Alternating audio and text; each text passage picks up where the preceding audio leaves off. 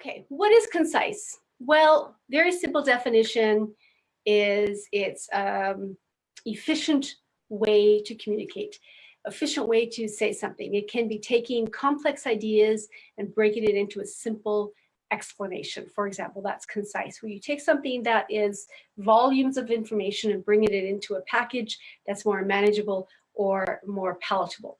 Now, what are some of the mistakes that women speakers make? And I'm just, when I say women speakers, is because I'm focused on women speakers and I am passionate about helping women speakers understand where the roadblocks are for them, and for you to think about, is this true for you as a woman, to begin to make some changes in how you speak, but also maybe invest in areas that you need to sharpen in your own communication skills.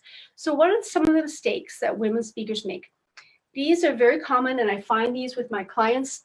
One of the biggest mistakes, they give too much information, too much content, way too much content.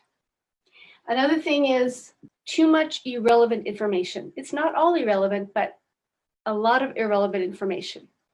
And then the last one, the message is loose. What do I mean by that?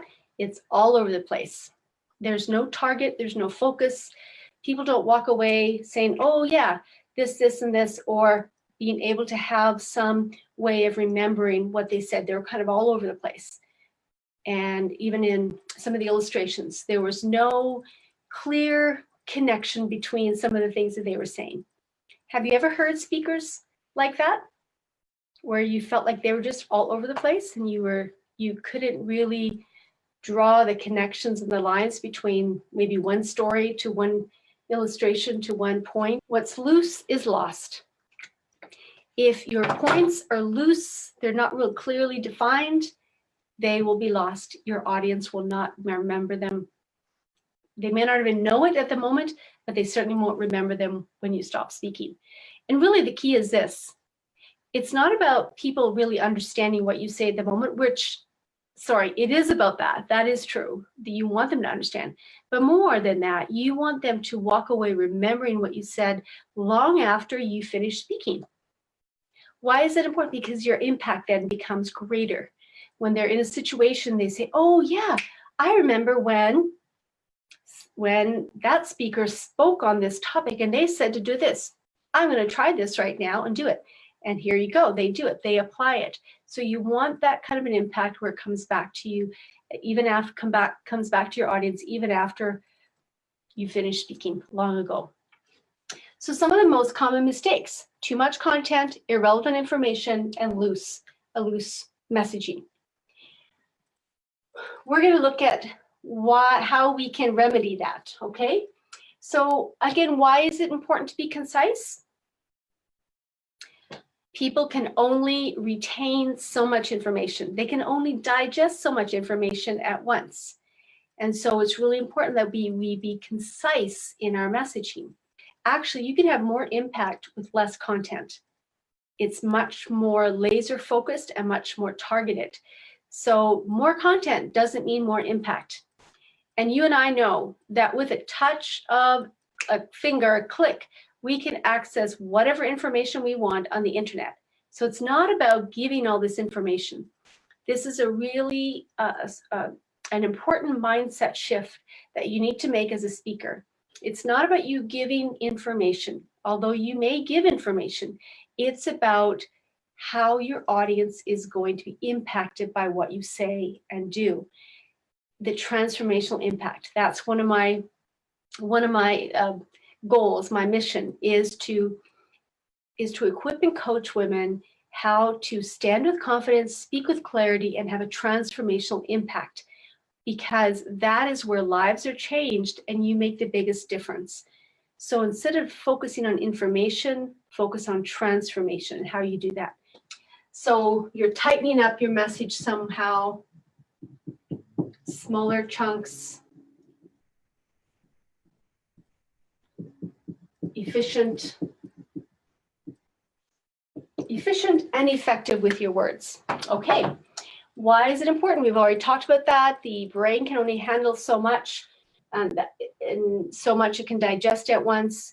So, you have speakers, and maybe you've done this. I know I've done it before, where in a certain period of time, they give, 10 points, 20 points, and it's just way too much information. People go into overwhelm. And when you go into overwhelm, you get paralyzed. It's the same as confusion. You don't do anything. And so you actually backfire as a speaker. You actually do yourself more damage by doing that, giving too much information, because people can only digest so much. So what are some ways that you can begin to create concise messages? How can you create a message that's concise? Well, one way is a structure, is having a simple structure or a set structure that enables you to put your content in a format that makes it very concise.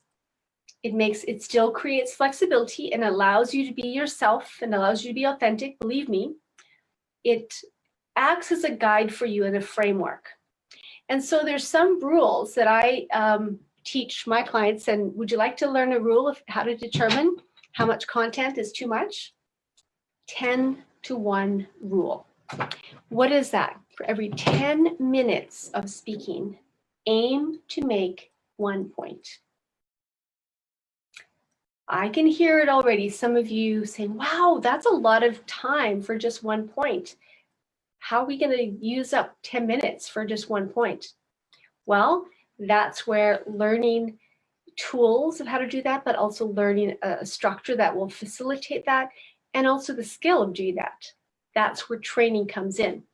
But you want to give yourself a rule. And so why is this a way for you to determine content? Well, if you're only going to be speaking for 30 minutes, then that's going to help you determine how much content you have to put in there, and to know, okay, no, that's way too much content. Because for 30 minutes, the maximum number of points that you want to give are 3. 3, and that's a very maximum.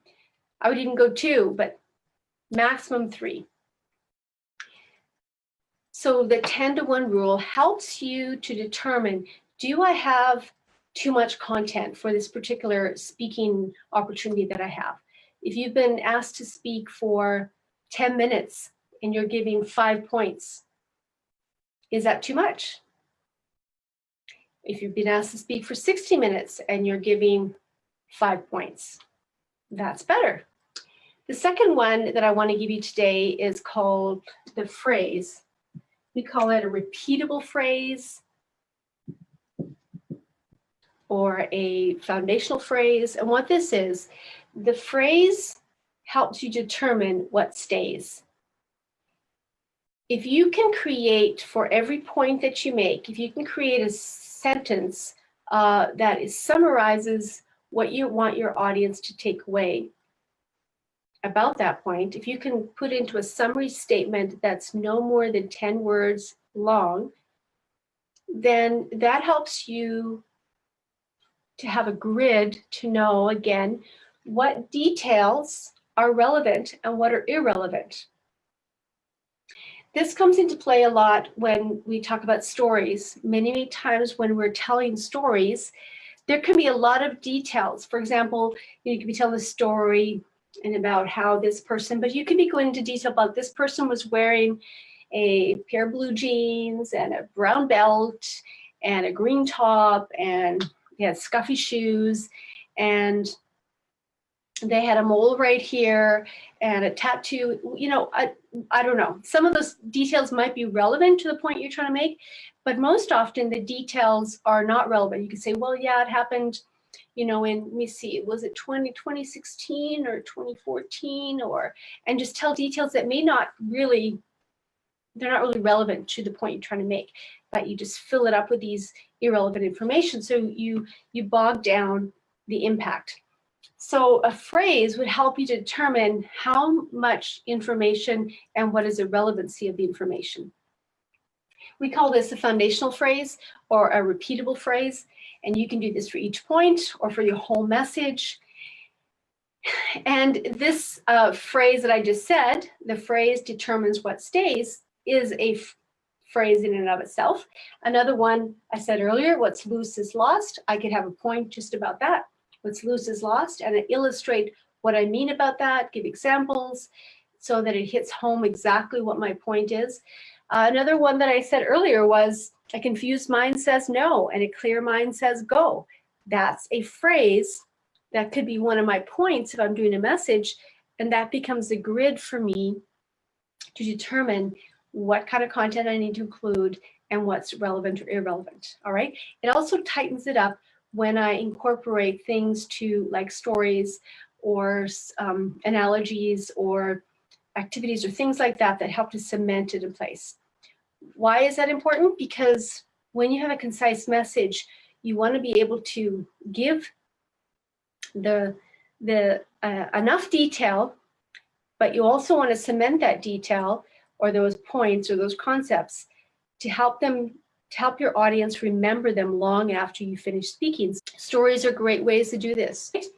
We have structure and of course a simple template. There's lots of simple templates. I do offer a simple template in one of my coaching programs, and as well as tools to help you create a concise message. But the important thing I want you to take away is that it's important for you to understand and to see where you're giving too much information, what information is irrelevant, and if it's loose. And how you can begin, what you need in order to create concise messaging is you need a structure, a simple structure, even a template that you can use over and over that acts as a grid. Some of you might be thinking, well, that's going to be too static. It's going to be really controlled. No, it actually gives you freedom to be yourself when you have a structure. So implementing these rules of determining how much content and what's irrelevant.